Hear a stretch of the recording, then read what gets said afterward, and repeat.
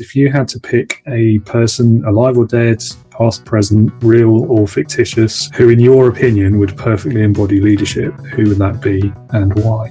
I'll go with my parents. It's not one, so it's my mother and father. Are they perfect? No. Is their leadership perfect? No. But it was good enough. And, they enabled me everything I asked for and I wanted for. So kind of, I was a troublesome child, very curious, very inquisitive, questions getting you in trouble.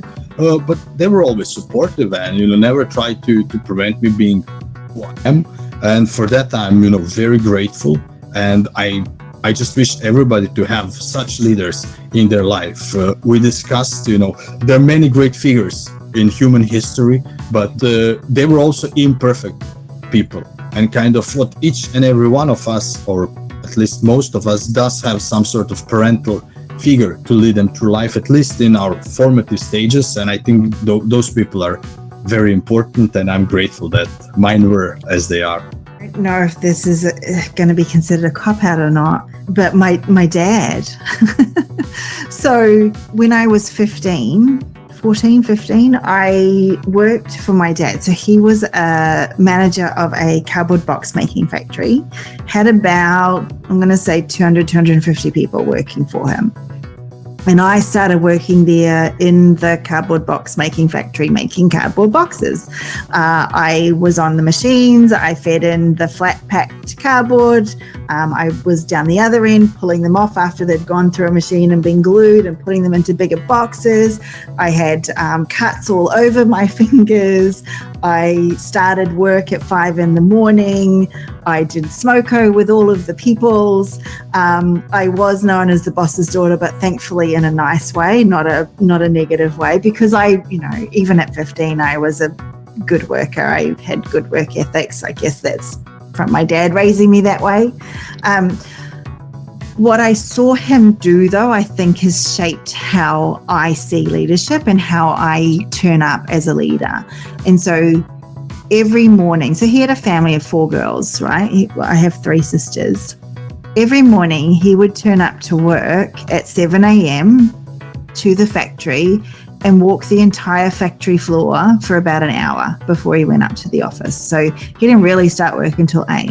But every morning he walked that factory floor and talked to all of them about family, about the machines, about, the next run that was going to go through, about the footy. In New Zealand, it was always the All Blacks. That's all that matters there.